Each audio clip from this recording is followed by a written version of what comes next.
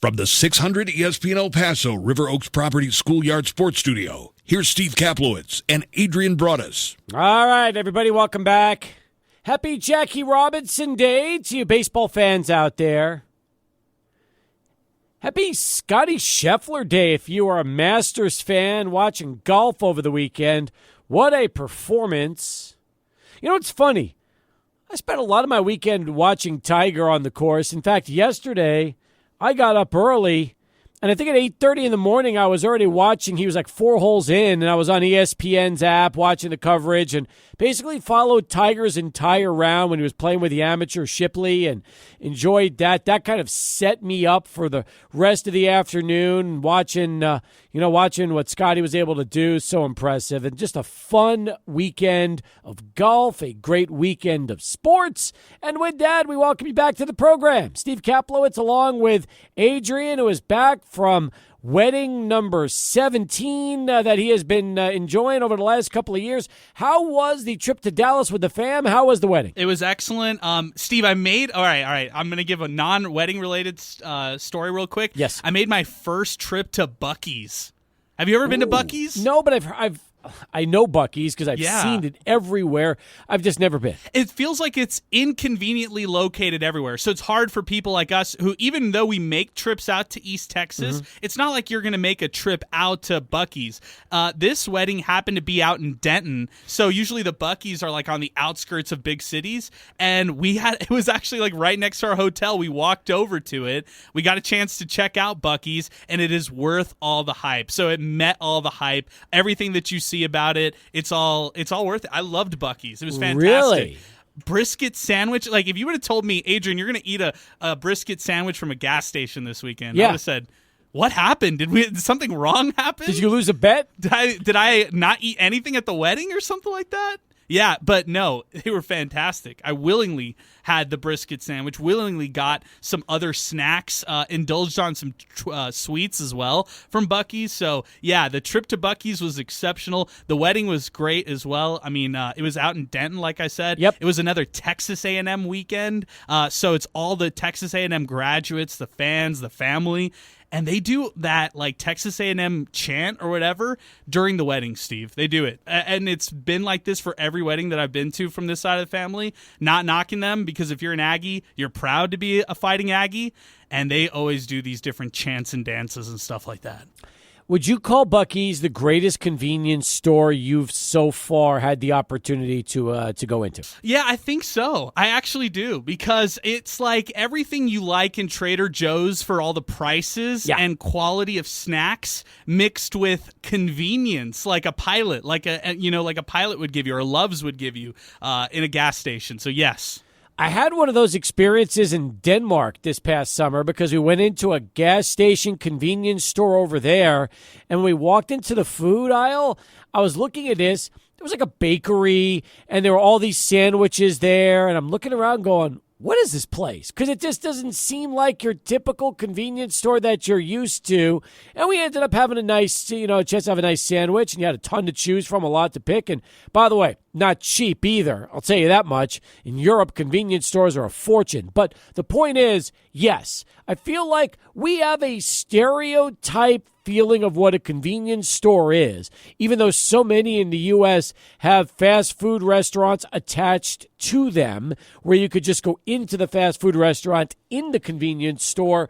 But at least in this particular situation, it sounds to me like Buc-ee's was 2 thumbs up for you. Yeah, and not to mention everything was like labeled Buc-ee's. So you had your Buc-ee's cups, you had your Buc-ee's hats, you had everything, like T-shirts everywhere. Did you buy merch? I bought merch. Of course you did. I did. I had to buy. I was like, all right, you know what? For this little keychain, I'll bring it back to my wife, and $5 won't cost me much. And it's just more funny and more novelty than anything else. Did she think you were crazy when you came back and presented her with a Buc-ee's keychain? Yeah, I thought that the T-shirt was enough that my parents got her, and I think that's where I should have ended that. And so, like, the keychain was like, oh, this is nice, and I probably thought it was much cooler at the time than it actually was. Did you also get like a coffee mug and a bunch of other stuff? Or They did you had all that stuff. But you limited it. You limited your Bucky experience? I limited my Bucky's experience, but all the family who did not make the trip with us got some stuff. So Understand. Yeah. Well, good for you. Sounds like the wedding was great, and if Bucky's was one of the highlights,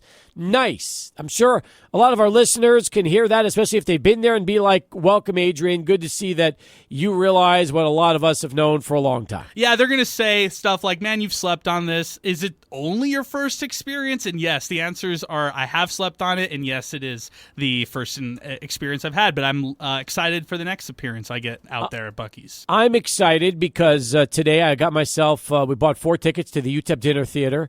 We're going to go see Legally Blonde on May the 11th. It's a Saturday night, and since your wife is the lead, we're very excited about that. We've been to the dinner theater a ton over the years, but never quite like this. So this is something that we're really looking forward to, and can't wait to be a part of this and really see Alyssa on the stage taking the major role. Yeah, she's Elle Woods. It's Legally Blonde, and I appreciate you buying tickets. I appreciate you supporting. I appreciate everybody who's bought tickets so far. They're selling great. They sold out basically their first run, so they had to extend the show a little bit, which is exciting in itself. It tells you that people love local community theater here in town. I found out this weekend, Steve, that it's not just Alyssa in my household who will be a part of this dinner theater. I found out my dog, Ollie, is going to be a part of this because there's a dog in this play. Really? So this is crazy. I mean, now I'm insanely invested in this. Like now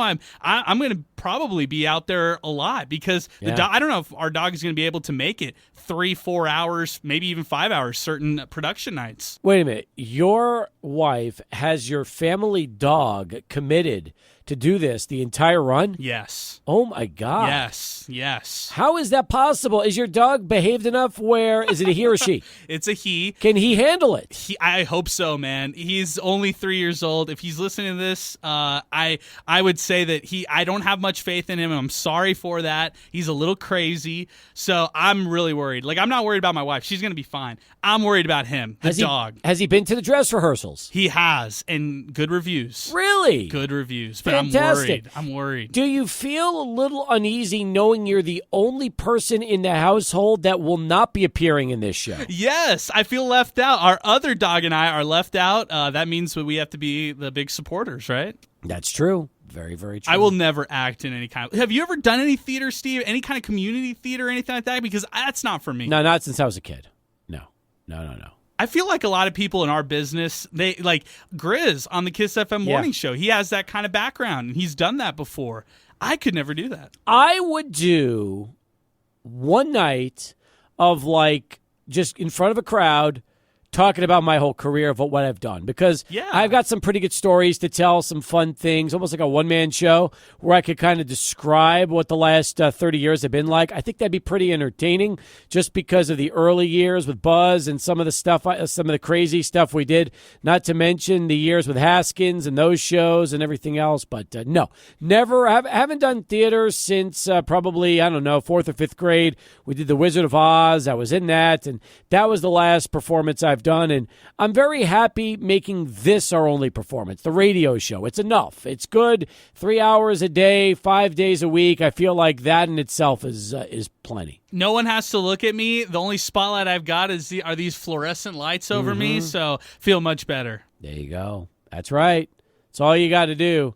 Hey, good start to the show. Enjoying it. We'd love to spend the day with you. We've got Scotty Walden coming by at 5 o'clock. Excited about that. Scotty will be here at 5, and he's bringing one of the minors. So that is also, I think, a fun part of our show today because he has with him an individual that has been very active, let's just say, on social media, and looking forward to that too. So, got that confirmed. Trey Dunson will be with Scotty Walden on the program here at 5 o'clock today. It's going to be a great experience to preview the spring game, Steve, with head coach Scotty Walden here on the show. I have a lot of questions as far as how the spring game will go. I mean, most of these questions that I have, he won't be able to answer, and I think maybe some will be answered on Saturday for the big spring game, but I'm just excited for it. We've talked all these practices, and we've talked about how, for these practices, the program has chosen to restrict, these practices to only alumni, and, of course, people people, like donors who are involved with the program to actually watch the full duration of practice. So this is our first glimpse. Along with all the other fans out there, it's coming this Saturday, and that is the UTEP football spring game. Dunson is one of the new members of the Miners. He was at Gardner-Webb. He's a linebacker. He had offers from schools like La Tech, Arkansas State, Jackson State, and Arizona State, and chose the Miners. So excited about that and looking forward to hearing what Trey has to say about practice so far. You think about that linebacker room right now. You've got returners like Nate Diamond, and you got somebody like Trey Dunson, who it needs to be a contributor this year, because look at the production they lost. That's James true. Neal and then future NFL linebacker Tyrese Knight. You're losing those two guys who led the way for them at the linebacker position, and they've got to replace it. And not to mention, UTEP plays a 3-5-3 setup, and so with that kind of setup, or even if it's a 3-3-5 stack, they rely heavily on their linebackers. So Dunson will be by default, a contributor this year in the fall. Yes, he will. So we'll get a chance to talk to the two of them coming up at 5. Then at 6, we're going to talk to former city rep Peter Schwartzbein. There was a fun day yesterday. I got to be a part of something pretty special. It was, an event that was held at the U.S.-Mexico border out there, by really close to Sunland Park and Executive in that area. Dolly Dolly is what it was known as, and this was really cool, Adrian. We're at the mile 1 marker right there, where you have basically the U.S. and Mexico, and what it was a bunch of guys on the U.S. side and then a bunch of kids and adults on the side of Mexico, and we played a game of catch. It was simply throwing a baseball, I would say anywhere from 10 to 25, 30 feet, yet one end was Mexico, one end was the U.S. And being a part of this first ever event with the two nations was a lot of fun. The weather was perfect, although the gnats that were flying were just brutal. I've never been a part of something where I was sprayed head to toe with bug spray, right? The gnats don't care. They fought through it. They fought through everything. In fact, I was doing an interview at the end of the day, and as I was talking, gnats were going right into your mouth. Like they were they were biting. They were pissed. The gnats were not happy yesterday. We were happy, not the bugs. But other than that, it was a terrific day. Great opportunity to be a part of something like that, and I hope it becomes an annual thing because it was a very cool event. Having a chance to have a simple game of catch with kids from Juarez, with the significance of where we were, where the ball went, and simply, a stone's throw from the U.S. to Mexico and back. Yeah, it really shows, number one, our proximity to the border and our binational culture that we have here in El Paso, that we embrace our sister city over there. And I would say that that's one of those events. I mean, I saw it all over social media, Steve. It looked fantastic. It looked like the kids and everybody who were participating had a great time. So I'm happy that you were a part of that, and I'm happy to recap it here on the show because more events like this should definitely happen. We've talked about the international run that happens, on the bridge and between both cities, El Paso and Juarez. Yep. So I love the fact that now we're extending it not only to running, but to baseball here. Me too. So we'll have Peter on the phones with us.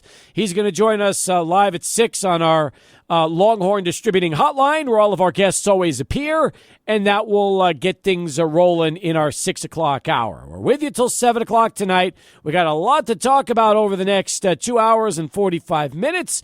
And by the way, we're going to be live tomorrow and Wednesday from the college football bowl meetings that are happening here in town. That's going to be at the Convention Center. Adrian, excited about that too, because we will be a part of an event where every bowl in America, everyone, is here in El Paso, represented over those few days this week, and we're going to have guests from pretty much all the big bowls that you can imagine on the show with us. Yeah, I can't even begin to tell people how big this event is. I was talking to somebody about this, and they were like, wait, this is coming to El Paso? And I was like, yes, the annual meetings for the bowl season is coming to El Paso. What an exceptional job that the whole committee here for the Sun Bowl has done on this, from their communications team to their promotions team to everybody up top. top. Yep.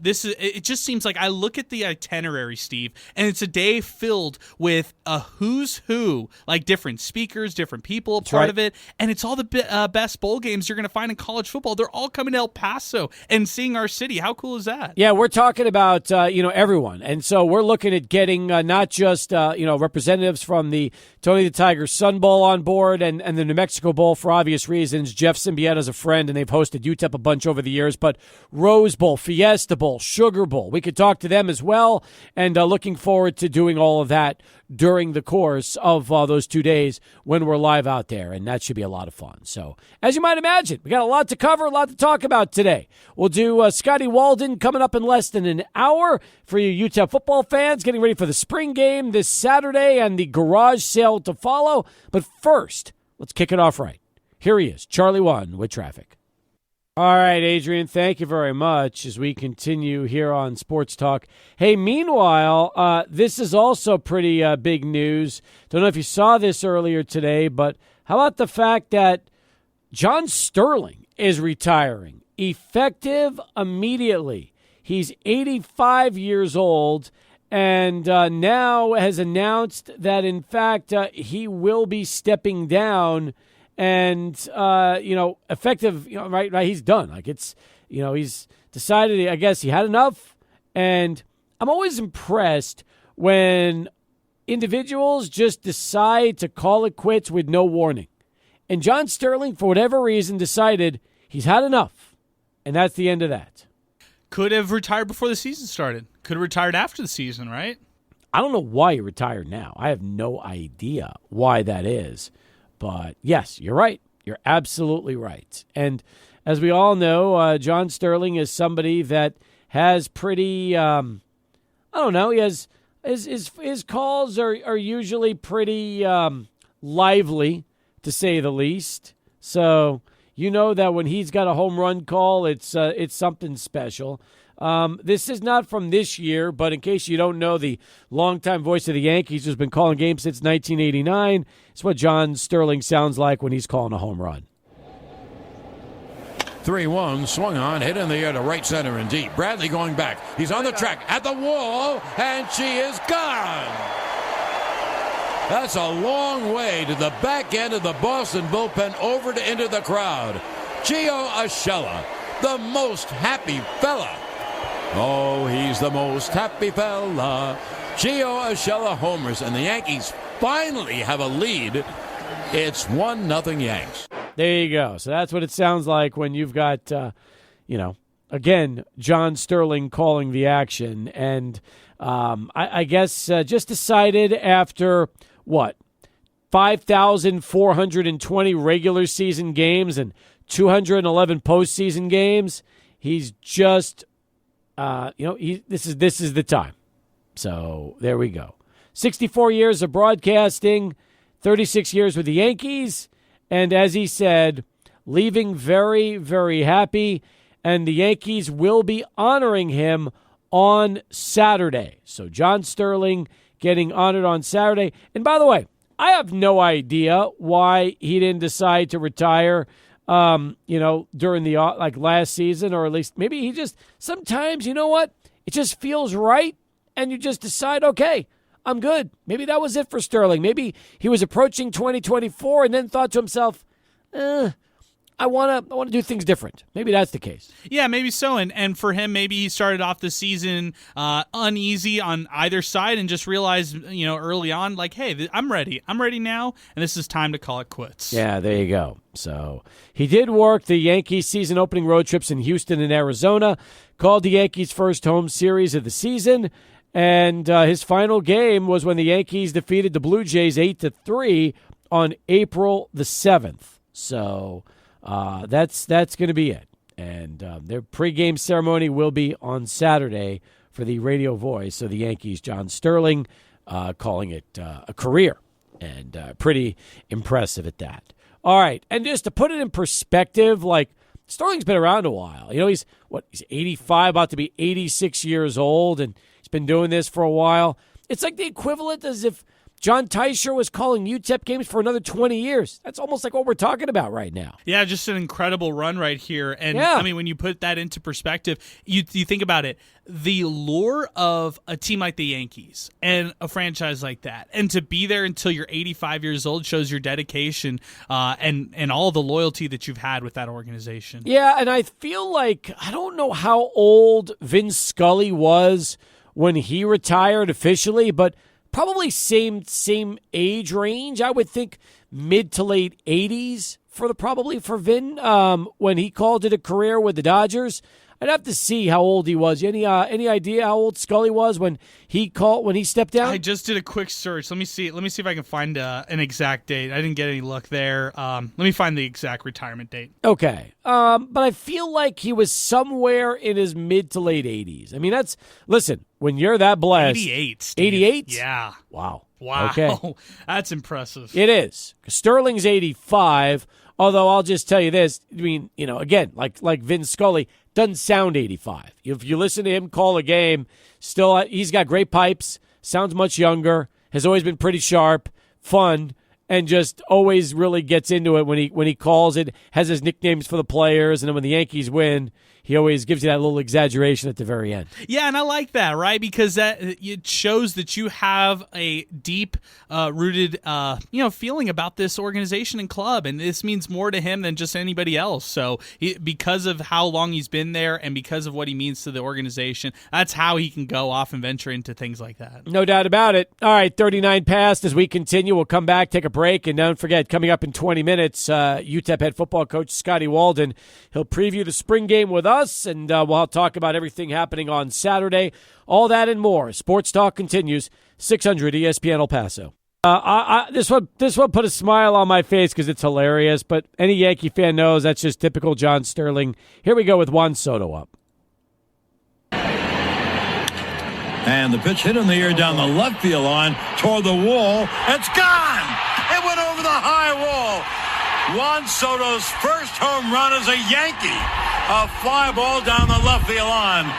There is a Soto photo. A home run in the left field seats. He's wonderful, marvelous. And the Yankees have now taken a 4-3 lead. I love that. I think that's hilarious. And again, I mean, that's kind of the beauty of Sterling. I mean, if you're a Yankee fan, there is no bigger homer in the history of the organization than him. You're going to miss him. Nobody's going to have nicknames like that. Nobody's going to start singing when guys hit home runs. That's just going to be different. It's a different animal. You're right. I mean, you also talk about somebody who can do this on the spot and has this kind of craft. Like, that's just really impressive right there. But I'm sure he probably has it down and has it rehearsed, and he knows what he's doing. You know that. He knows what's going on.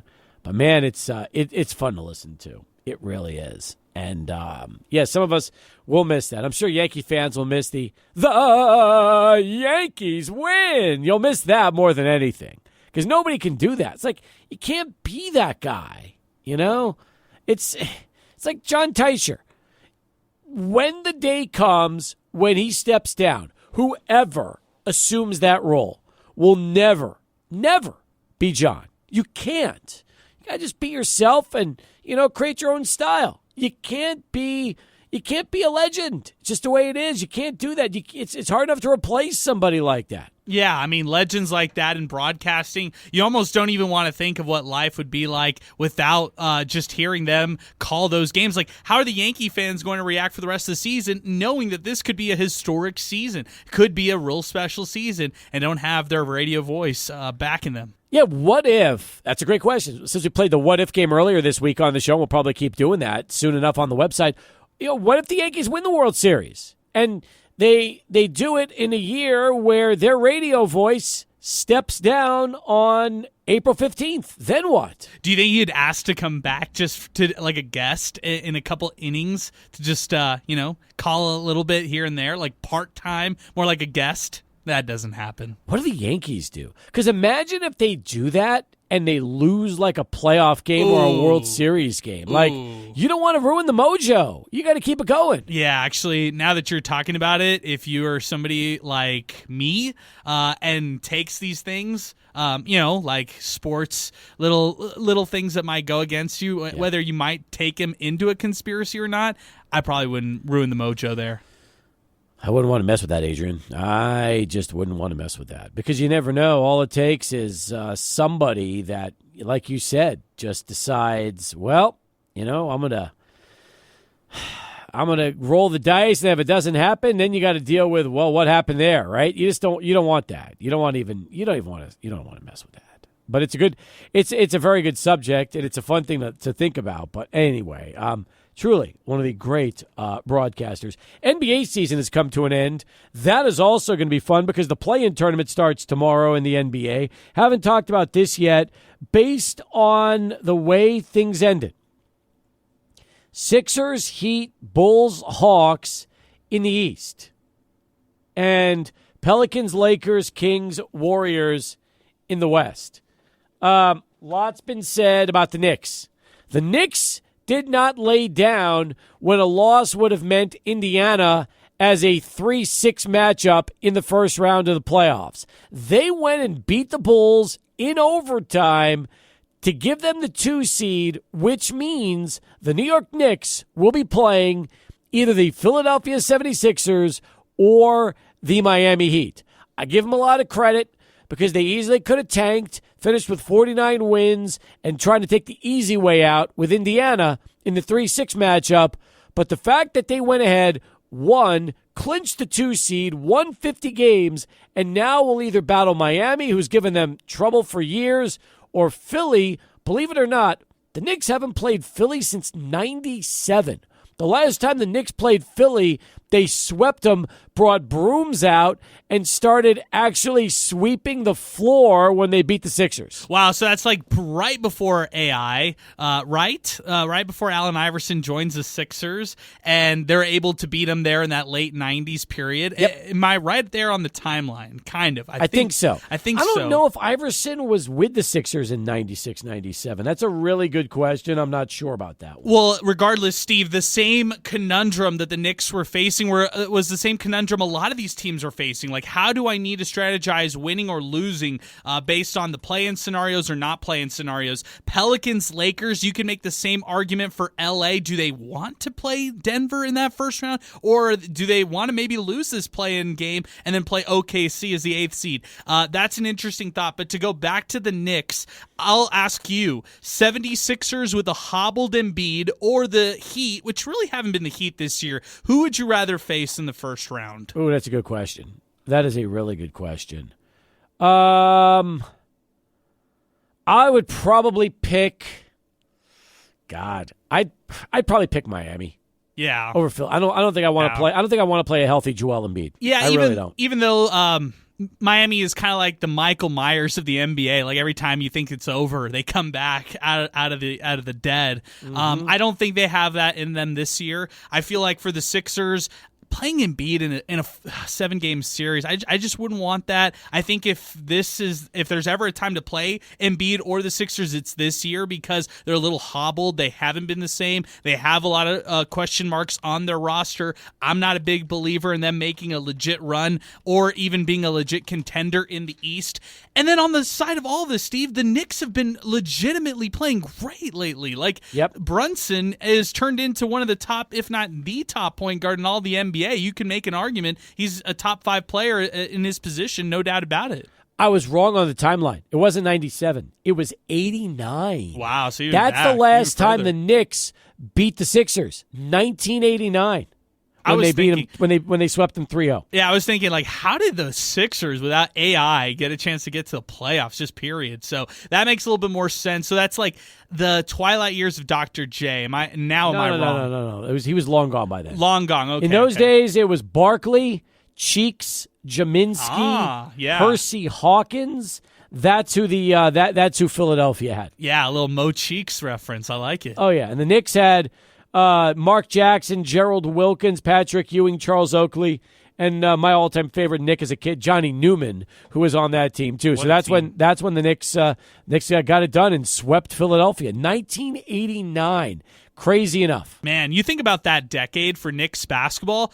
This decade, maybe, you know what? Maybe it has some good stuff to come with the Knicks, and maybe they could channel some of that, the late 80s, early 90s success that they had making deep playoff runs. Maybe this is the team that could finally come back and, remind us of those days for the Knicks. You never know. You never know if that's if ultimately that could be this when it's all said and done. I'm just fascinated by that. It's been that long. So maybe it would be fun to play the Sixers. Can you believe that two teams like that haven't played each other in, 35 years in the playoffs? Yeah, I don't know how they've dodged each other all this time, knowing the Sixers have had success, knowing even the Knicks, despite having some bad years, they still had Melo, still had success in spurts. So it's surprising that these two teams haven't played in the playoffs like this. Yeah, it really is. Anyway, all right. One in the books. We've got a lot more to come, including a little UTEP football. That'll be joining us next. Head coach Scotty Walden's going to be dropping by here in about 5 minutes, and we'll have a chance to talk to him and a member of that defense. We'll do that in a moment. Sports Talk continues. 600 ESPN El Paso. From the 600 ESPN El Paso River Oaks Properties Schoolyard Sports Studio, here's Steve Kaplowitz and Adrian Broadus. All right, start of hour number 2 here on Sports Talk. Welcome back, everybody.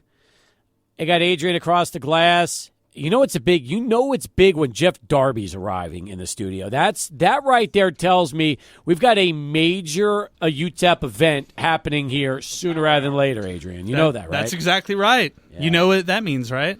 Jeff Darby's been doing this almost as long as I have, which is scary. But, yeah, he's here. The spring game is just now, 5 days away, and we have an opportunity to talk a little UTEP football here to begin hour number 2 of the show. Great to see Scotty Walden back. First time I've seen you since the day you were hired. It's been a while, man. Yeah, Steve, we got to get together more often, brother. I've been missing you, man. We just had a quick WWE talk before this. I mean, we got to get back together. Had I known you were having a WrestleMania party, we would have joined you for that one because we had a big WrestleMania gathering that weekend. It was a lot of fun. Well, we're gonna combine them next year, brother. Now that we know we have like interests, we're gonna do that. You just got to make sure that the next time UTEP has a house show at the Haskins Center, it's not football. So you can actually go take the kids, sit ringside, or go into the stands and just have a good time with that. Brother, we will kill it. We actually did one of those in Clarksville. House show came, and the people thought that they paid us to be there. That's how loud we were. We got the chants going. Oh, yeah. Me and my coaching staff. So if that comes to El Paso, you let me know, brother. We're going. You might be running in the ring and interfering in a match if they have one in El Paso. That could be a possibility. Steve, listen, that would be an absolute dream come true. I would, and I don't even have to do anything to anybody. Like, I would let somebody Stone Cold stun me. Yeah. Sweet Chin Music, and I would sell the mess out of it, man. So, I'm up for anything. Who was the first wrestler you gravitated to as a kid? Shawn Michaels. 100%. Right out of the gates. Charisma. Yeah, charisma. I actually cried. 1995 Survivor Series. He's fighting Psycho Sid for the belt. Got cheated. Psycho Sid beats him, or Sid Vicious, and I literally bawled my eyes out. I was 6 years old. My mom was like, "Look, bro." She was like, "Look, we're not ordering these pay-per-views if you're going to cry every time." So I was like, "All right, yes, ma'am." I had to suck it up and get ready. Yeah, but a couple of years later, the Montreal Screwjob was nice revenge, so you got a chance to enjoy that too. Man, the Montreal Screwjob, and as a kid watching that, I watched that live. We never missed it. When I say we never missed a pay-per-view, never missed an event, we didn't. She would get them, my mom would get them every month. I remember seeing that live, and honestly, I had no clue what was going on, but now it's cool to see the documentaries on it. It's crazy. Yeah, but he gets some payback. My listeners are going to kill me. They're like, you're kidding. You've got Scotty Walden in studio and you're talking wrestling? We can do this all day. We'll do this off air. You got it, bro. You got it. But in the meantime, you've got one of your newcomers on the defensive side, one of the linebackers that I think a lot of Miner fans are going to get to know pretty well this year, aren't they? Yeah, I'm really excited about Trey Dunson, who's in the studio with me. So we were joking in the car over. Trey is originally from Atlanta, Georgia, played at Gardner-Webb, and we were joking on the car ride over. I was telling Jeff Darby, the reason why Trey Dunson's here is because when we played them at Gardner-Webb, he absolutely went wild and caused a lot of havoc for our offense. So I'm just glad he's on our side now in that UTEP blue and orange. So you knew right then. You said, okay, when it comes time, Trey's got to become a member of my team wherever I am. Now UTEP, he's got to be a Miner. There's no doubt. It was pretty interesting when we got this job. He was in the portal,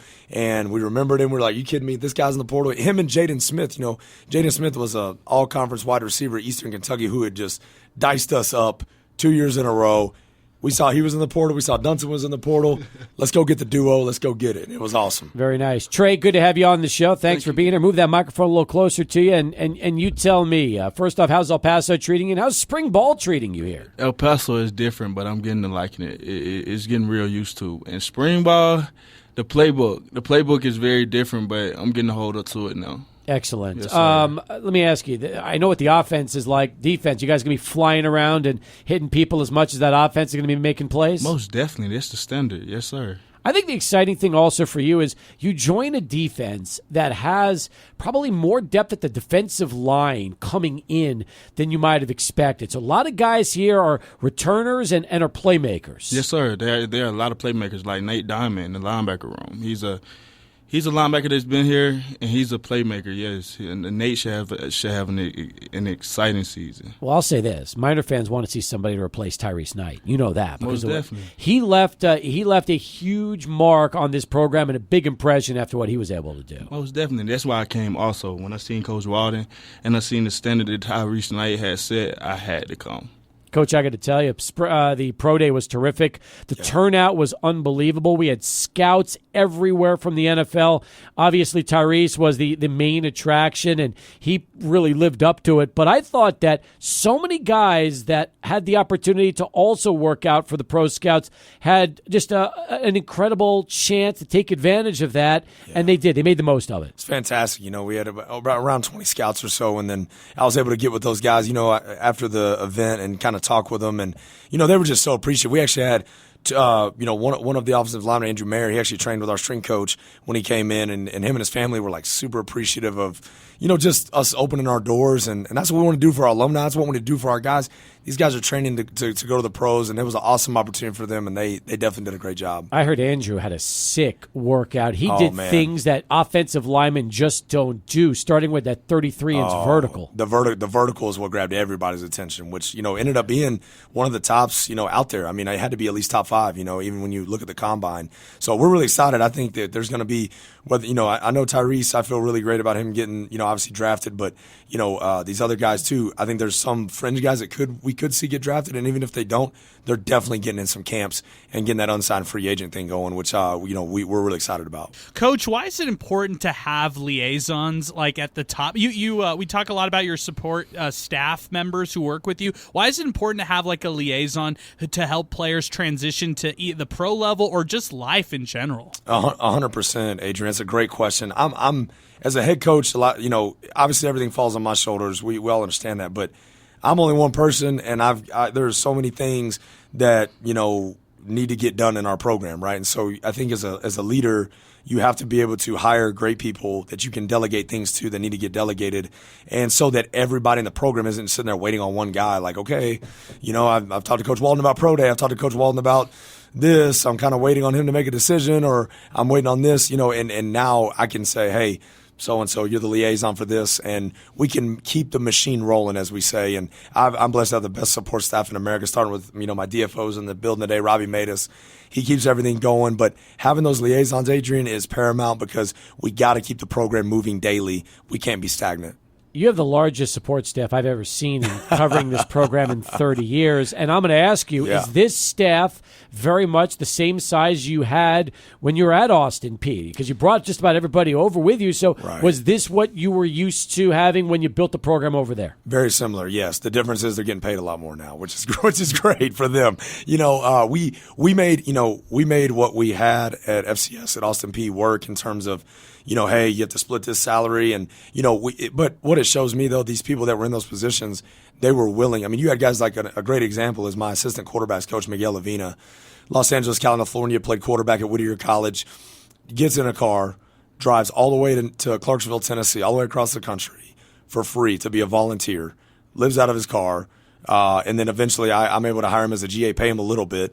And so, and he did such a fantastic job. He's one of many support staff people I can give you an example of. So whenever I got this opportunity at UTEP, it's like, man, these guys have worked for pennies and they've done an amazing job. They haven't ever let that define them because they know the investments you have to make in this business to climb. And that's why it was a very easy transition for them. But I'm a big believer in having a big support staff because the way college football is orchestrated now, it's, What we do is probably 10% football. There's so much more to it, and you have to have people in place to help these young men navigate life and navigate football. It's a business. And by the way, with Cade coming into the show and talking a lot to us, he told us just how important academics is. And he told us that you have to sit in the first 2 rows. No hoodies, no phones. You better be able to just get right in there, go and study and make an impression, because otherwise you're not going to find yourself it's not going to be a pleasant situation for you when it comes to football. Let's put it that way. No, we had some guys challenge us on that week 1, and that was pretty quickly. I think they found out we were for real on that. I actually had a story from one of the professors that she up there teaching class, and all of a sudden they hear like these the floor squeaking, and like, what's going on? And it was one of our players dragging a desk because there was no seats in the front 2 rows. And he drug a desk all the way to the front row. And he's like, what are you doing? And he's like, look, my coach is not going to find out about this. I am sitting in the front 2 rows. But these are habits that we're building in these young men's lives, right? Like, I know that I'm, again, judged on wins and losses and all that jazz. And that's great. I understand that's a part of it. But we got to help these guys win in life. And I'm serious about that. I know a lot of coaches talk about that. But that's something I'm serious about. So when these guys get out in the real world, they say, you know what, man, I remember when Coach Walden had a standard, of these habits, and it's made me the man I am today. And that's what we want to emphasize, because we're training these guys for life and not just football. And that's reality. You probably also want to have the highest academic GPA in the conference when it comes to football. Yeah, absolutely. I mean, we want to win at everything we do. We want to win in recruiting. We want to have a great GPA. We've got a 2.75 team GPA goal, which, again, we're building blocks. The team GPA when we got it was around 2.5. We want to raise it to 2.75. We eventually want to have 3.0s. And I think, again, champions are champions well before they're champions. And what I mean by that is the habits that you develop as a champion are those things are orchestrated well before you ever put that ring on your finger. It's not just snap your finger, oh, this just happened. These habits are developed over time, and then they matriculate on the field, and it's like, whoa, how'd this happen? Well, in the dark, when no one's watching, when we're not on the radio, not on TV, we're putting in work behind the scenes, and we're being detail-oriented with it, so we can reap the benefits of it whenever our name is called. And so that's the way we believe in how you do something, how you do everything. And so the details of our program is critical. Ahead of the spring game, Coach, which, by the way, to our listeners, there's tickets available, $5. You all have had 2 scrimmages come your way. What did you think of this past weekend scrimmage? This was scrimmage number 2. We talked a lot about scrimmage number 1, but tell us what you learned from your team this weekend. Yeah, for sure, Adrian. That's a great question. And to your point, Adrian's absolutely right. $5 tickets. We've already got over 900 tickets out for the spring game. So we want to hit that 2K, 3,000 mark if we can, man. It'd be awesome to have a great crowd for the Sun Bowl. I want to get to 10,000 tickets for the spring game. Come on, man. High standards. I don't want to just start with 2,000. I want to hit 10K when it's all said and done. Cap, that's why I'm in here with you, man. You're raising the standard. I love it. Let's get 10K. There's no reason why we can't, man. Let's do it. Let's do it. Adrian, go back to your question about the scrimmage, man. Is this scrimmage, when you go around the room collectively, after every scrimmage, we meet on every single player in the program, and we discuss, all right, how this young man did, and the synopsis was every position group we felt did better from scrimmage 1 to scrimmage 2. This thing is all about progression. We know we're nowhere where we need to be yet, but it's about, are we getting better or are we getting worse, which means staying the same, right? So we did a great job. I felt like we were so much cleaner. We were much more efficient. This scrimmage too, some guys made some big time plays offensively. We did, had way less turnovers. Defensively, I thought we tackled better. We didn't have near as many missed tackles. We had safety run support coming up, making plays that looked like in the scrimmage 1 they were going to go for 20, where in scrimmage 2 they were a 1-yard gain. And so I loved seeing the back and forth battle. That was really a really good indicator that I think we have a good football team. We'll come back. We'll talk more with you. We'll talk more about not just the scrimmage, the garage sale that's going to be happening as well. I saw the sneak peek, and there was a ridiculous amount of items that are going to be there. There should be 10,000 people just wanting to get merch when it's all said and done. Amen. And buy that. So we'll talk more. Coach Walden here with us. We'll also talk a little bit more defense as well. Stay with us. Charlie One back with traffic. He is. I understand this, Coach. That when it comes to your calendar, that man is basically like an extension of you. Is that the best way to describe Robbie? Man, we might be underdoing it there, man. He knows my schedule better than I do. I text him now. Hey, I want to do this. Can I do this? Like, he's got my schedule. He knows it front and back, our team schedule. Without Robbie, man, I'd be lost, man. He does a lot in our shop. It's How big. long has he been with you? So, Robbie, this is going to be his third year, with me. We hired him in 2022 at Austin P. And, ever since I've been with Robbie, we've won championships. So, Robbie's a secret sauce, man. Yeah, you got to keep that going and bring him with you for the ride. Bingo. That's exactly right. Adrian asked you about spring ball. I'll kind of continue that conversation. Would you say right now, offense or defense is farther ahead from the beginning where we were a few weeks ago to where we are right now heading into the game this Saturday? Yeah, kind of hard to tell. I always think the defense, the offense is caught up a little bit, but I always think the defense is a little further ahead, especially for this reason. Not because our players aren't working their tails off doing great and investing and buying in. It's the fact that we are so different than kind of probably what's been done in the past. Offensively, it's just a whole different type of approach to the game, a belief of the game. I think the way we view the game and our philosophy is vastly different, and I think guys are starting to understand, like, we're serious about it, and we're going to be aggressive. We're going to snap the ball every 12 seconds. We're going to throw shots. We are not going to be conservative. We're going to go for it on fourth down. I think, like scrimmage one, we had a couple fourth downs, and I'm calling a play, and guys are like, wait, we don't want to punt? And I'm like, no, hell no, we don't want to punt. We want to go for it, and so I think that understanding of the philosophy, not so much, and I'm not talking from a talent perspective. I'm talking from a philosophy perspective and understanding that, and I think that's kind of been the deal. What's tougher from a conditioning standpoint, okay?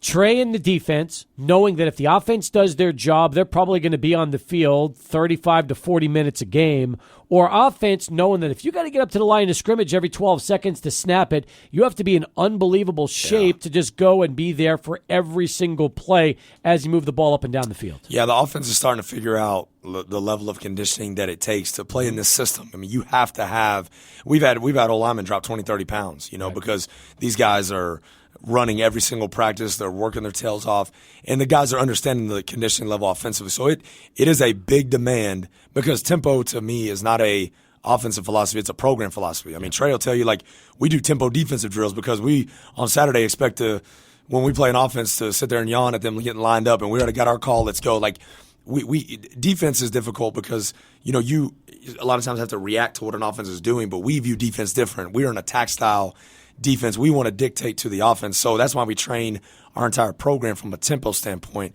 And to your point about the defense being on the field a lot more, we actually work on specific drills. Like, we did a first down competition the other day. So we talk about staying on schedule with our offense, and we talk about complementary. You'll hear me say this a lot, complementary football. Trey's heard me say it a lot in our team, because it's not just about the offense. Our offense has to understand, while we are a tempo-based system, we got to get that first down to keep our defense fresh. Yep. Because if you're going, snap the ball every 12 seconds and going 3 and out 4 straight times, you're killing the defense. Obviously, from a game management perspective, we would not do that. We would slow it down until we got that first down, and then we let that. That's really when our tempo sets in, is when that first down occurs. Now we're rolling and humming, but we are really methodical until we get that first one, because we want to call good plays, get setting the right stuff, so that our defense, is not defending, 90 to 100 snaps a game. Yeah. Trey, I got a two-parter for you. First off, can you give us a little explanation of the position you play? Because it's very, it's kind of a hybrid role. Last year, you were playing in that nickel role for Gardner-Webb. 2 seasons or 3 seasons ago, you're playing safety. This time around, it's a little bit of a hybrid linebacker role. My second question is, Heard County High School out in Georgia, that's a huge program right there, and a lot of great talent come out of it. Just how good of a program is that program? That's crazy that you know Heard County all the way in El Paso, but Heard County is a growing high school, like, literally. We're a small school, but when I was in high school, I won the state championship my senior year, and my junior year we contended. We lost it in like 3rd or 4th round. We put in 8. My senior year, I think I had 8 people go D1. So we put out a lot of talent, and academics are big there. And on your first question about what position I play now I play inside linebacker. So it's a little more physicality in the box. So I play behind the defensive lineman. So I've moved from outer space to in the box now. Do you like that? Do you like the physical aspect of the game and having an opportunity to hit people a little bit more? Yes, sir. Put me closer to the ball. Yes, sir. Yes, sir. Now, Trey, what about the depth at linebacker? Tell us a little bit about that, because we did have some players from last season graduating. So who are some of the guys along the side you that you think have a chance to really make a big impact this season? You got Jake Hall. You got Kenny Baker. We have you got Dylan Brown Turner, Trace Meadows. We have Josh. We have Josh from last year. Josh has made a big impact this year. He's came out this year in the spring he has 3 picks right now, leading the linebacker room. Josh is coming along. D-Hop. I can't forget about my dog D-Hop from Tulsa. He's making a big impact also. Coach, you feel pretty happy right now with the linebacker room as Trey's talking about? I do. They're playing really physical, downhill. Trey's been living in our backfield a little too much, but it's good. They are flying around. I love Jake Hall has just been a very consistent young man who has just brought physicality every single day. Nate Diamond has made a vast impact. I mean, he's had a heck of a spring. D-Hop, to Trey's point, has really last week really stood out to me, was making a ton of plays. And I think that room, they're very smart. Coach Clark, is one of the best defensive coordinators in the country. I mean, he is spot on. He is a phenomenal position coach. He gives those guys a holistic view. And in our system, our linebackers got to be dang near the quarterbacks of the defense. Them and our safeties, I would say, but the linebackers especially, because if you can't stop the run, there is no game.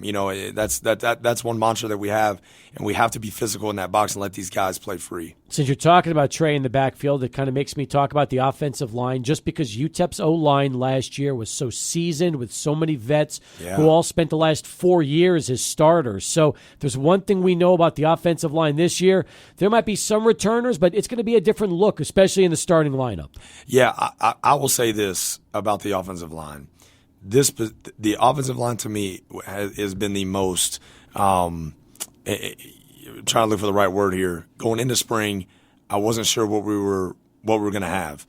They have been the most impressive group to me all spring, in the sense of this.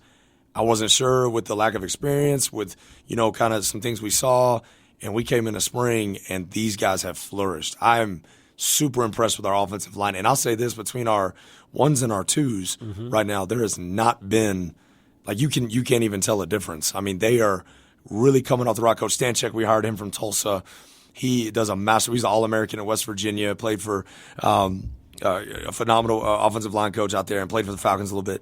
He brings a mentality to those guys where those guys are rolling off the rock, playing very physical. And those guys, at the end of the day, that's what we said. We want to come out of spring with those guys not thinking and playing fast, rolling off the rock, establish a new line of scrimmage. We have really been impressed with our offensive line this spring. That's awesome. Coach, 2 position groups I want to touch on. Really liked what I heard about Brighton Thompson and that defensive front. And then in the secondary, I love how Oscar Moore looks. I haven't gotten a chance to see him practice, but I love his speed, love his physicality, and I liked him a lot from last year. These are 2 guys right there that you all brought back from last year's roster who could make a big impact this year. Nah, Adrian, you're spot on, man. You're a great evaluator, because Oscar Moore has been one of my favorite players of the entire spring. He plays safety with the mentality that we want at safety, which is a downhill, physical, tackling safety that is going to get it on the ground. And, man, he has put discipline with his game. Coach Sigler, Kelvin Sigler, our Cody C. came from Jacksonville State. He played at Alabama, coach with Nick Saban. He has a phenomenal pedigree coaching those guys up. Oscar Moore, you're spot on. He has done such a great job getting better every single week, but he is a physical safety, man. We love seeing him come downhill. And then talking about Brighton, and Cap, you mentioned this early in the broadcast. Our defensive line is our deepest position, which if you were open me up and you were like, all right, what position do you need to be the deepest on a football team? I want our D-line, because I do not want one D lineman, unless he's dominant, can do it, play 70 snaps. Coach Chris Jones keeps those guys rotating, and we are fresh and physical and playing fast. But Brighton, he has been elite with his ball get off. And even if he doesn't make the play, he causes what we call on defense havoc. And when you cause havoc in the backfield, that makes that running back bubble. It makes that quarterback step up into another rusher. It causes havoc in that backfield. That's what Brighton does. And I remember Brighton coming out of Atascocita High School. It's funny. And I looked on the roster when I took the job, and I was like, man, get the coach, that kid fired up, and he has had one heck of a spring. That's great. We're talking, again, UTEP football right here on Sports Talk. Scotty Walden with us right now, and we talk more with you about the offense because we've talked so much defense. Got to bring up the offense. Sure. We talked about the O-line a moment ago. You got some good battles right now. Yes. Quarterback is a good battle at this point in time. Yeah. You got some newcomers. You've got a couple of returnees. It's a good quarterback room. This is the first time you've evaluated them, though, in game situations since you've been here. I always wonder about spring ball because it's one thing learning the playbook. It's one thing having individual workouts. It's something else learning the offense and showing it for you over these last few weeks. Yeah. How has that quarterback room been? And I've heard great things about J.P. Pickles. I hear that he's got terrific talent, came early. Yeah. But you tell me what QB's been like. I love our quarterback room. Every single day these guys have gotten better grasping the offense. And we put these guys in, Cap, just so you know, we put these guys in a lot of situations, meaning like scrimmage is one thing, but we do a ton of situation where we believe in, Trey will talk to you about this too, we believe in being situational masters, third downs, red zone, all these aspects. So it's been fun to watch those guys progress through there. I think they're starting to be comfortable with the offense to where they can now focus on situations as opposed to like scrimmage one, it'd be 3rd and 7 and we're throwing a check down really fast where we need to, if we have protection, we need to hang on and go through that progression and see if we can't move the sticks here. But now you could tell scrimmage 2, they were much more in tune to the situations. Like we threw the overtime situation at them in scrimmage 2. We've thrown 2-minute, 1-minute, 4-minute. You throw it all at them, and these guys have done a really good job adapting to that. I love the strengths of our room. The coolest thing about it, Cap, is everybody in that room supports each other. We had a play. I showed the team this play. Skylar Locklear threw it was a bad snap, twirled around, has a rusher in his face, plays broken, throws it off his back foot, 50 yards on a rope to one of our receivers down the field for a 50, 60-yard touchdown. It was a heck of a throw. The first guy to be in his face to cheer him on was Cade McConnell. That's the type of competition I want, and vice versa. The coolest thing is when Skylar will do that, like on scrimmage 2 right here, Skylar dropped a dime for a touchdown on a big-time vertical ball. The very next drive, Cade McConnell does the same thing. And those guys are both the first ones to congratulate each other. That's the team chemistry and camaraderie. It's a healthy competition. I love seeing those guys compete. And J.P. Pickles, man, he's got all the talent in the world. I think he earned a lot of respect. We did a tackling drill. Trey remembers this. We call it iron drill. It's the first day of full pads. And J.P. Pickles, we made the quarterbacks live. One thing, Cat, we've made the quarterbacks live in iron drill. We've made them live in scrimmage 1. And just to test their mettle a little bit, see what they're really made of.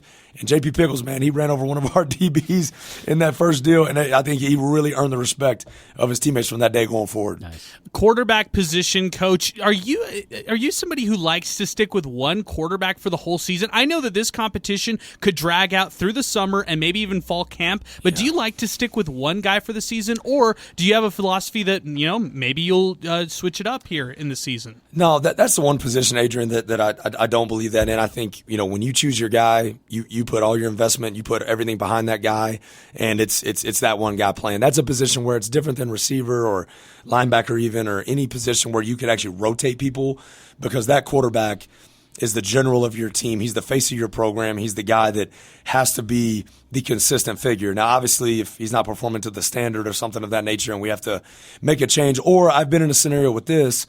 My first year at Austin Peay, we had a very close battle. We actually played both guys in game 1. That was just how that battle played out. Yeah. I'm not closed-minded to that at all if that's where this thing goes. But we won't announce a starting quarterback, or for that matter, really a starting position after spring ball, because to me it's you have a summer evaluation. Fall camp is really long. There is a lot of battles to be made, and so we won't announce anybody that's a starter coming out of spring ball. You won't see that announcement, but I'm open early on to maybe if we're in a very tight battle with that position, playing 2 guys. But once we make the final decision, we roll with that guy and we get behind him. I think it's important, though, because if players have a really good spring, but now they realize they can build on it in the summer and build on it in the fall, that there's 3 battles. It's not just one phase and that's the end of it. Bingo. They realize they've got to work now for the next 4 months to really earn themselves that opportunity when the season rolls around. Yeah, and again, there's no right. That's what I love about football. There's no right answers, right?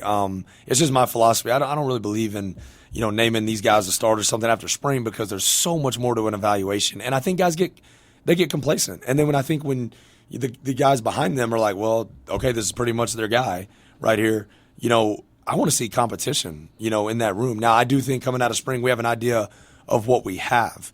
We have a better idea. Okay, this is where we're strong. This is where we're weak. This may be where we need to go address some needs. Mm-hmm. And this is where we need to focus on. Like Coach Jake Brown, right, does a great job with this. Some little things like this that people don't see behind the scenes, kind of pulling back the curtain. He does a drop chart for the receivers, and he charts every drop they had in spring, and what he tries to find is a correlation. So if there's an in-breaking route that a guy's making to his left or an out-breaking route to his right, and 80% of his drops were in that, he'll spend that summer running routes with that kid in that specific type of route breaking point to get them better at that. So there's so much. I've seen guys go in from spring to summer and get better. Yep. And especially now, people got to remember, we get about 15 OTAs or give or take with these guys in the summer where we're actually on the field with them and we get an hour of work with them. So, there's so much more time to get better nowadays and so much more time we get with these guys in order to make a better evaluation. After spring, when you start meeting with players and really letting them know where you see them, now and in the future, could we see guys go into the portal and perhaps a little movement as you start shaping your roster for the 2024 season? Yeah, I'm sure. This is the day and age of college football we're in. It wouldn't surprise me, you know what I mean? And that's not saying that, I hope that happens. I don't. I love our team. I love our roster. But, at the end of the day, I know some guys are going to, get feedback and, feel like, they may not have, gotten to where they wanted to be or not gotten the reps they wanted to. I just think it's the day and age of college football we live in. We're in the portal window, and, yep.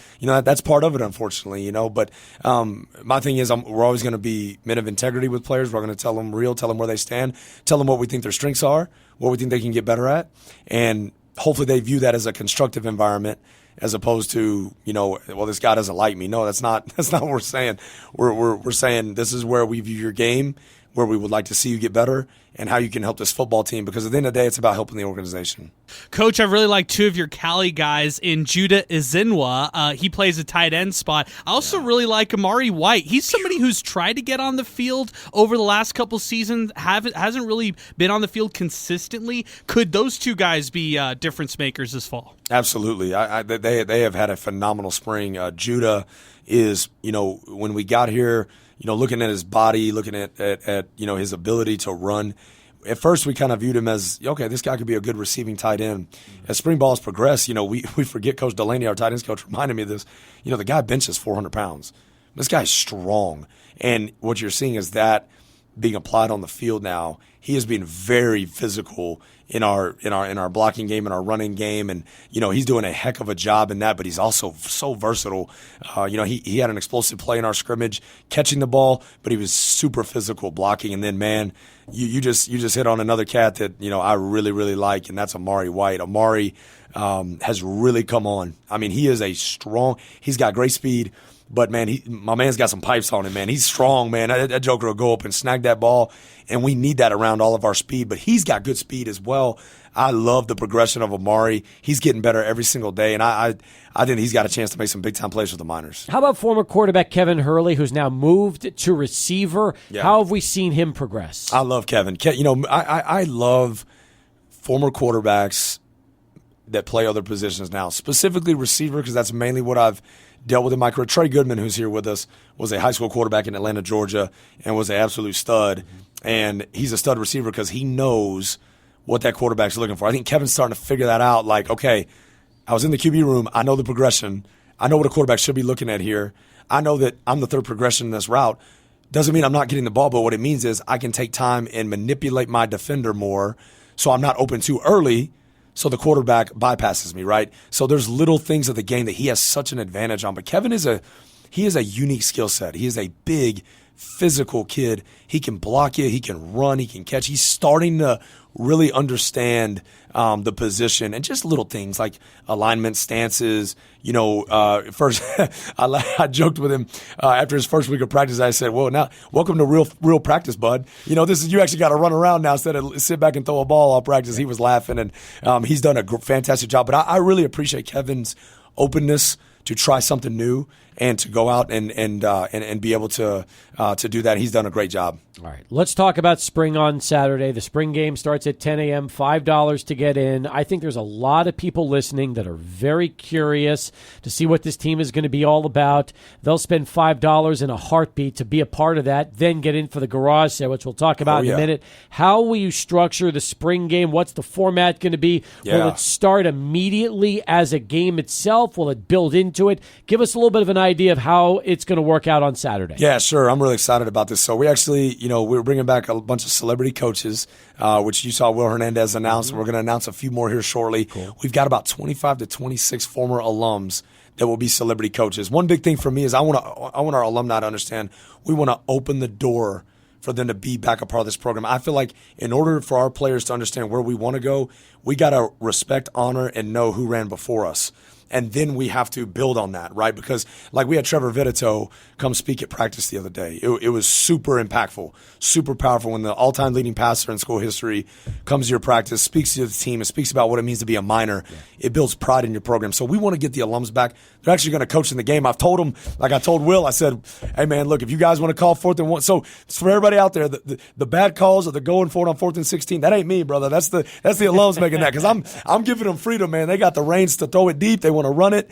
They get to make those calls. So it's really cool, the freedom that they're going to have on Saturday. But also on top of that, we will structure it. We're going to draft teams this Thursday. We have 2 general managers. So the general manager of one team is Dr. President Wilson. Dr. Wilson, our president. And then Jim Center, our athletic director, is going to GM the other team. So they're going to draft the teams on Thursday, and they're going to sit up in their nice booth on Saturday and get to watch their product on the field. So it's pretty cool. But it'll go right into a game, Cap. So we'll do a normal pregame routine, and then we will go into a game the first half.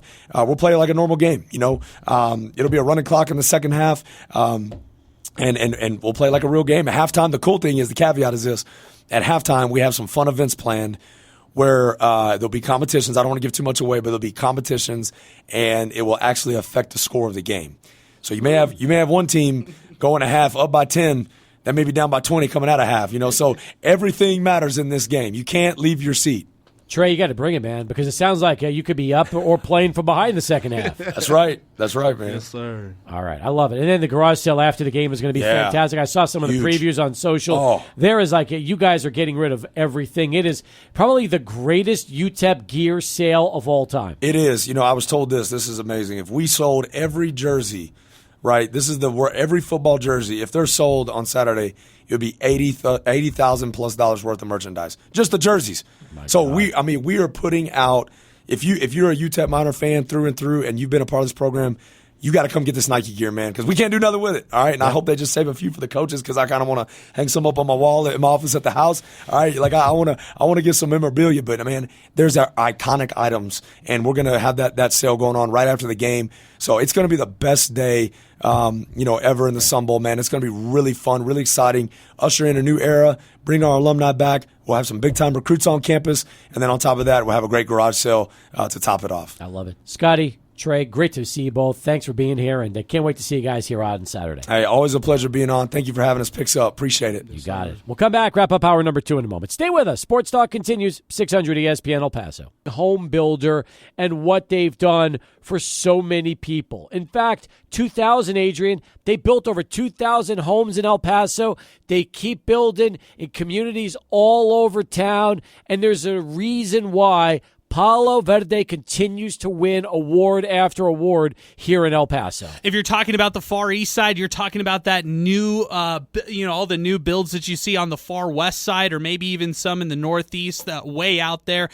There's a chance that maybe Palo Verde Homes helped design one of those beautiful homes out there. And there's a reason why they've been around this community for year over year. And I love their billboard, by the way, Steve. You see Palo Verde Homes, and you see the word love in between. You can't say or you can't spell Palo Verde without love. You're right, and they also have incredible floor plans, open floor plans. If you've never had the opportunity to visit a Palo Verde home, I've got news for you. You can go online, paloverdehome.com. You can see these floor plans. You can see what they look inside out, communities they build, and then make your appointment to visit the experts at paloverdehome.com. And that's beautiful. And they are going to be a big part of us on Sports Talk here, and we are super excited about having them along for the ride, and just can't wait for Edgar and company to be joining us the way so many of our partners have over the years. And we'll talk more about them here in the days and weeks to come.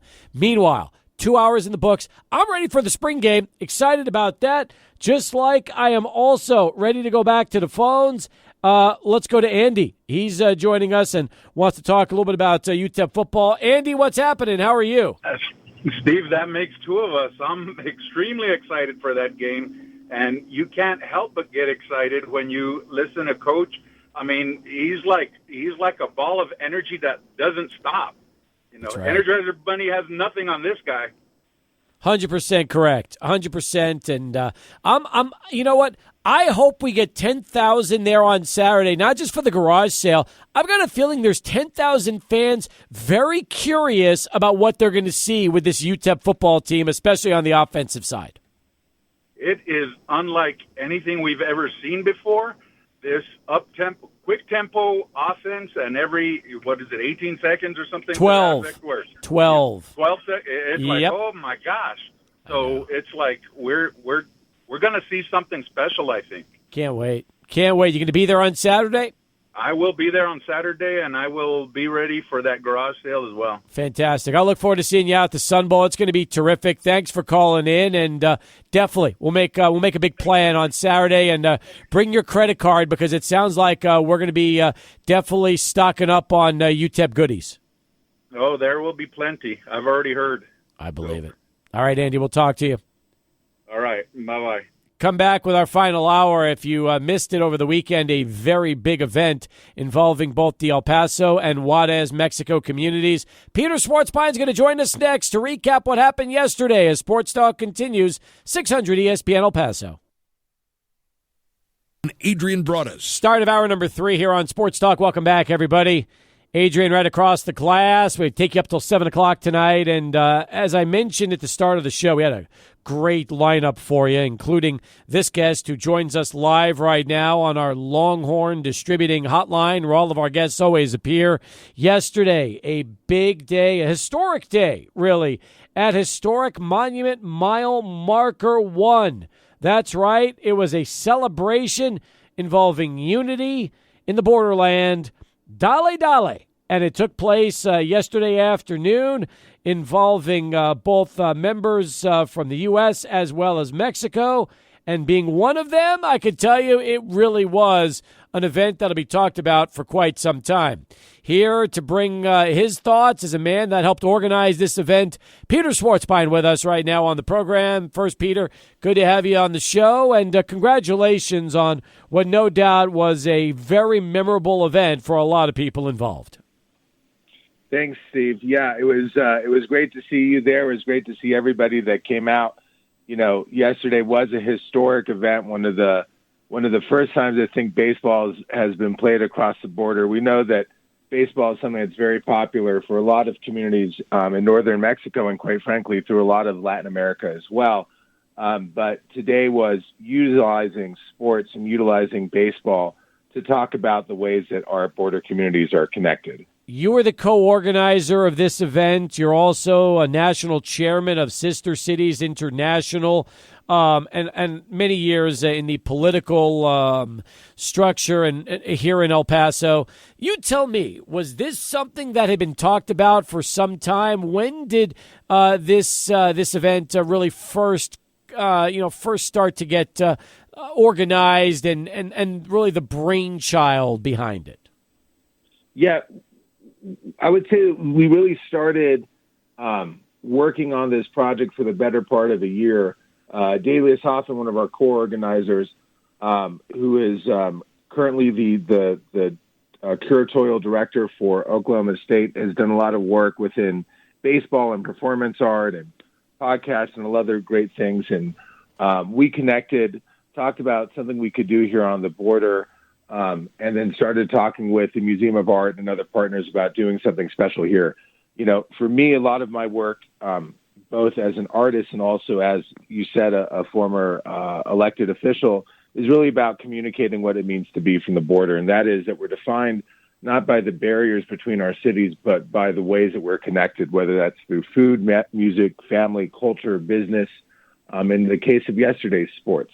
And so working with that, we found a really great partner in Dr. Gracia Chavez at the Universidad de Autónoma Ciudad Juárez, who came in, and then, working with us three, we were able to find the partnerships, and especially the biggest, I think one of the biggest supporters and partnerships we had was working with Sister Cities International, being able to support the organization as chairman, and then the city of Ciudad Juárez.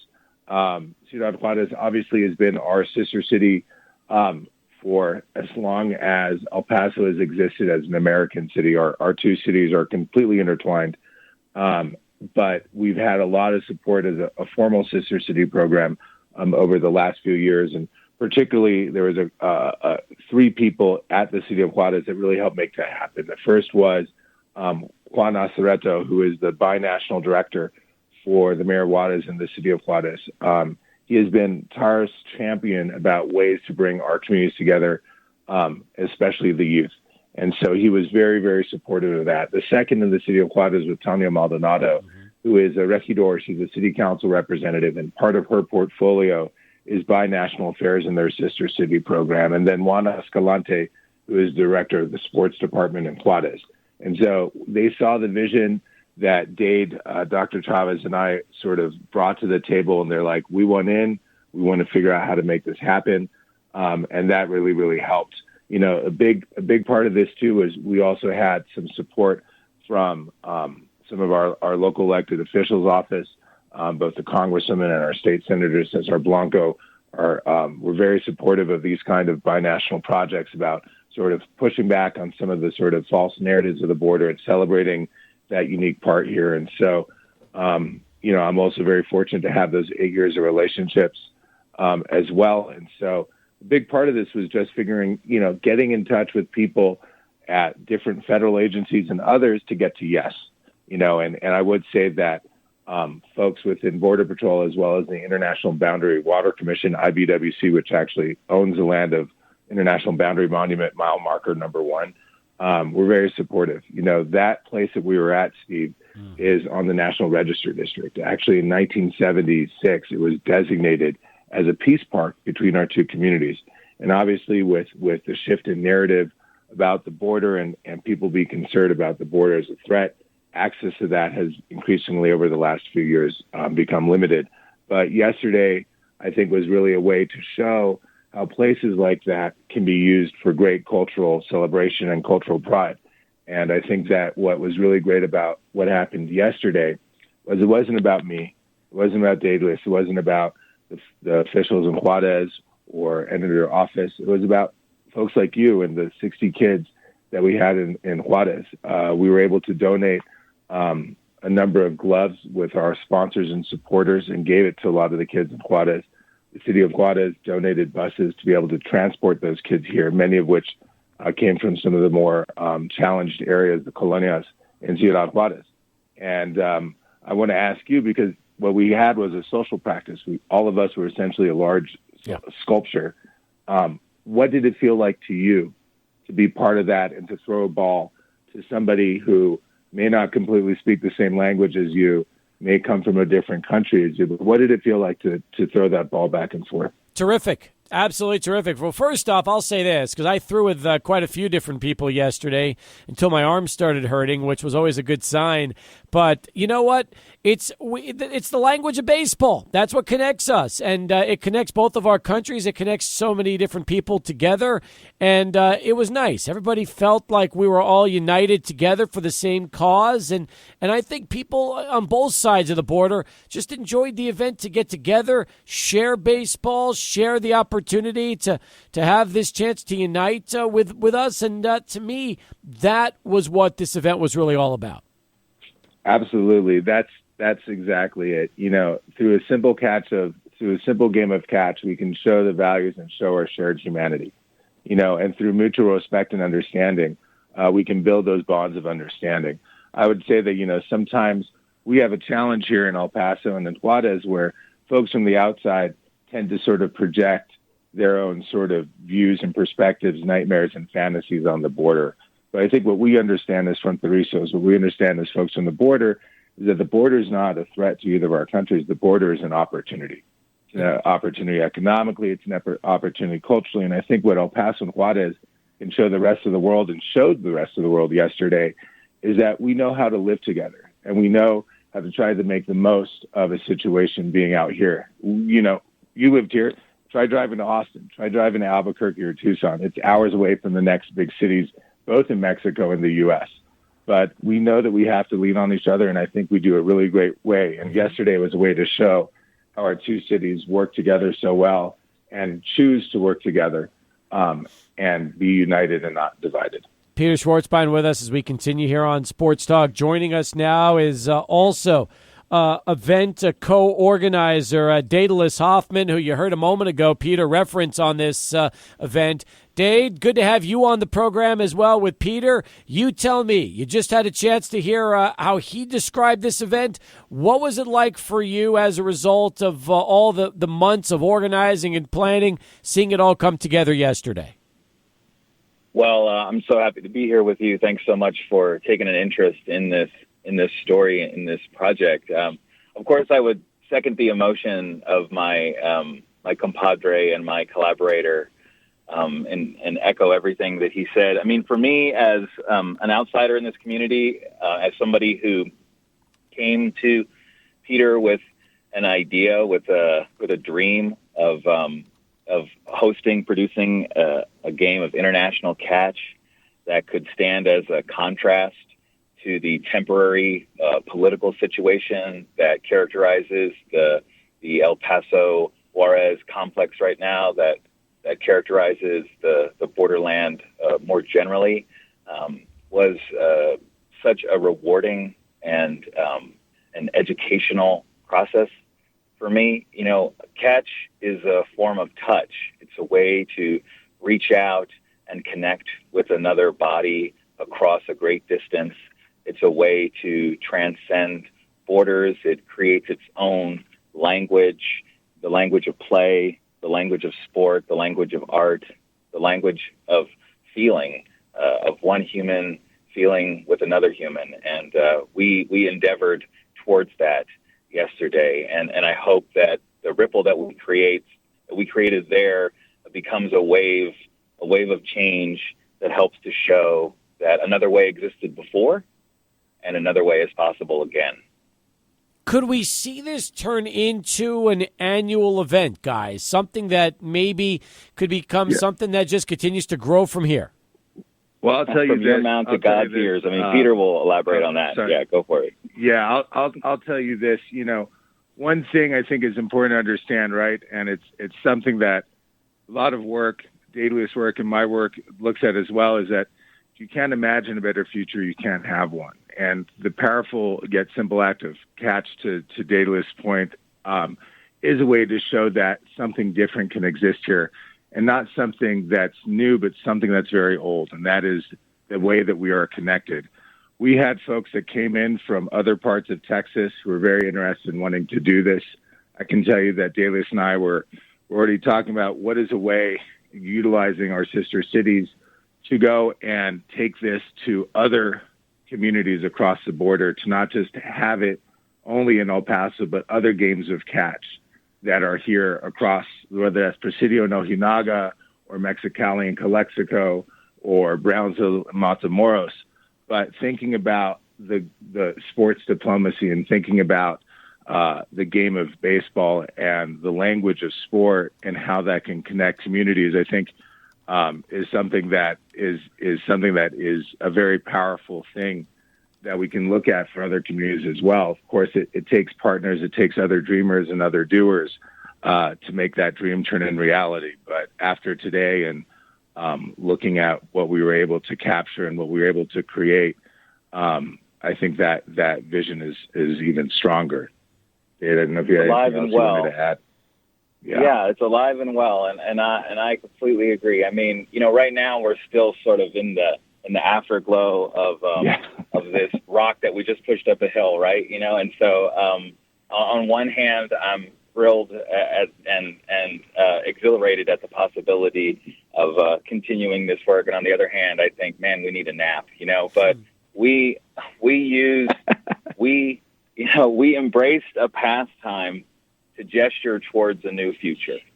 And I think we can continue that work. I mean, I'm currently based in Tulsa, Oklahoma, where I'm the curator, the head curator for Oklahoma State University. And just today, I was reached out to. Peter and I were talking at lunch, and I was reached out to by some folks in Tulsa who are interested in doing something like this between the sovereign nations that are in Oklahoma, the 39 39 indigenous tribes that were brought to Oklahoma through forced migration, through the Trail of Tears there. So I think there's many valences, there's many ways that communities can find a story embedded in this very simple act. One thing's for certain, a lot of people, everybody that was there, I could tell you this. It was a celebration. They got together. Peter, I know for you, baseball's been something you've been involved even since the beginning of the Chihuahuas. When you put the book together after the first couple of seasons, you had that terrific coffee table book that you produced. So I know baseball's been a passion of yours for a long time. We play on the same Sandlot team. And maybe now you got to figure out a way to recruit Dade to the team and get him to fly in from Tulsa to play some ball. I love that. And I'm in the Sandlot space. I've been in it for a long time. I'm one of the original founding members of the Texas Playboys Baseball Club, and I work with Jack Sanders, who's sort of like the godfather of Sandlot baseball, to produce publications and events and documentaries, and I help to build the Long Time and produce the Long Time, which is I think of it as a social sculpture that lives on the far east side of Austin, Texas. And I participate in the Sandlot community in Chapel Hill and Durham, North Carolina, as well as in Tulsa, Oklahoma. So, I'm a fellow traveler in the Sandlot space, and always looking for other visionaries to leverage this movement as a way to strengthen our democracy and to increase awareness about how we can gather and how we can use gathering to address persistent social problems. I'd say, Steve, Dade has been there from the very beginning when it came towards the Texas Playboys and a lot of this sort of vision of Sandlot. Bit of a freelancer too when it comes towards picking up on different teams. I don't know if we can afford his free agency fees to get him on the Diablitos. Maybe we can get Senator Blanco on our team as well. It looks like he was probably a pretty strong shortstop when he played in high school over there on the east side. So so that's what's great about Sandlot, and I know that you're a fanatical Mets fan and have been, and I don't want to get political here. My mom grew up in Philly, even though we lived in Texas.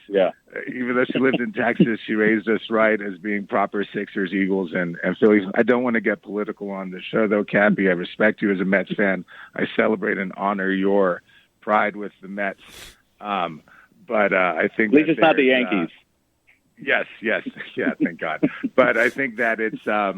I think that this whole Sandlot thing is something that is such a unique part of a really beautiful community-based kind of practicing groups. I think that even generationally, you look at the Kiwani clubs and the Rotary clubs and how people of different generations got together and were able to be in a social club and be in a social space. And I think that I've seen with Sandlot teams such a sort of unique way of sort of self-curation with really unique people, folks like yourself, Daedalus, other artists and architects and folks and entrepreneurs that kind of get together and then utilize these spaces of Sandlot baseball, not only just to celebrate the game and to bring camaraderie and people together, but also to help with fundraising and with food drives and other ways of helping people. I mean, even yesterday's game was a great way to get people together, get sponsors and others, and be able to deliver, close to 50 gloves to some of those kids in Juarez. I mean, each one of them had a brand new glove and loved it. That's awesome. That's awesome. Gentlemen, terrific work. Congratulations. We appreciate you both taking a few minutes and talking to us on the show today, and I'll look forward to getting a chance and joining you again back out there real soon and doing this all over again. Okay, great. Thanks for having us. Be well and keep on keeping your eye on the ball. I'll do my best. It's never so easy, but yes, I will do it. And I'll call Scotty Boris, and I'll see if we can try to afford bringing you over for us next year. How's that? Sounds great. I'm there. All right, guys.